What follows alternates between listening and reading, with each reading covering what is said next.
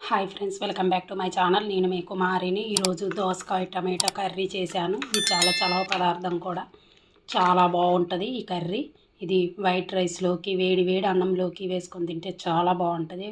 చపాతీ పుల్కాలకు కూడా తినొచ్చు. ఇప్పుడు దీని తయారు విధానం చూసేద్దాం.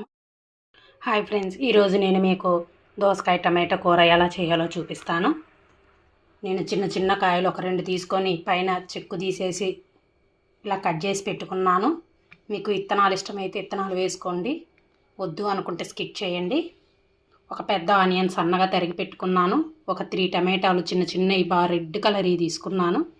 ఒక 3 పచ్చిమిర్చి పొడుగ్గా సన్నగా తరిగాను. కొంచెం కరివేపాకు అండ్ ఎండుమిర్చి,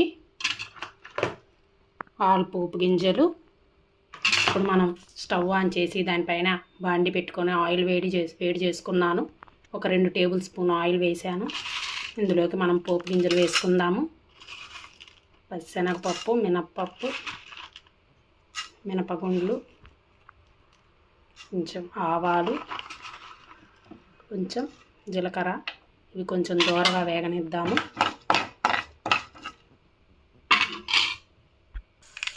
చూడండి, పోపు గింజలు బాగా వేగినాయి.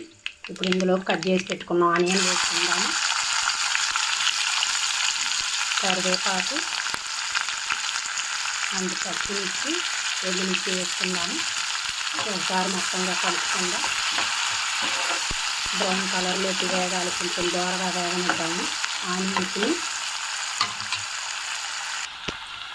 చూడండి, ఆనియన్స్ కలర్ చేంజ్ అయినాయి. ఇప్పుడు సన్నగా తరిగి పెట్టుకున్న టమాటా వేసుకుందాము. ఒకసారి మొత్తం మిక్స్ చేద్దాం.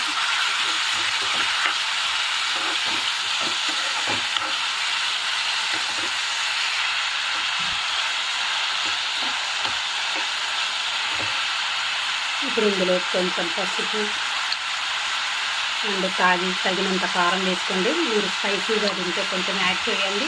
కారం తక్కువగా తింటే 1 స్పూన్ సరిపోయిద్ది. నేను కొంచెం అల్లం వెల్లుల్లి పేస్ట్ కూడా వేస్తున్నాను. అది మొత్తం మిక్స్ చేద్దాం.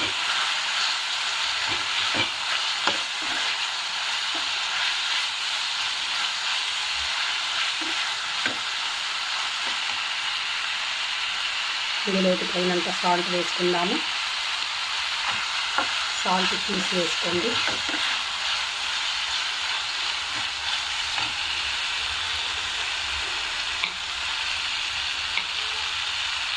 ఇందులోకి కట్ చేసి పెట్టుకున్న దోసకాయ ముక్కలు వేసుకుందాము. మొత్తం మిక్స్ చేద్దాం ఒకసారి.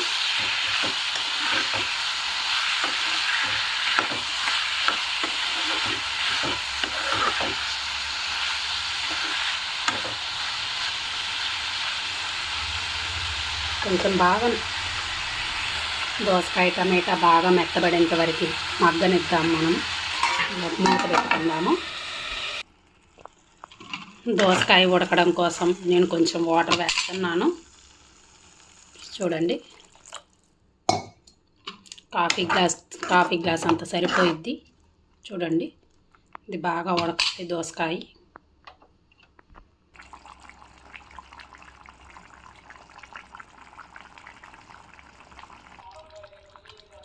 చూడండి, దోసకాయ బాగా ఉడికిపోయింది.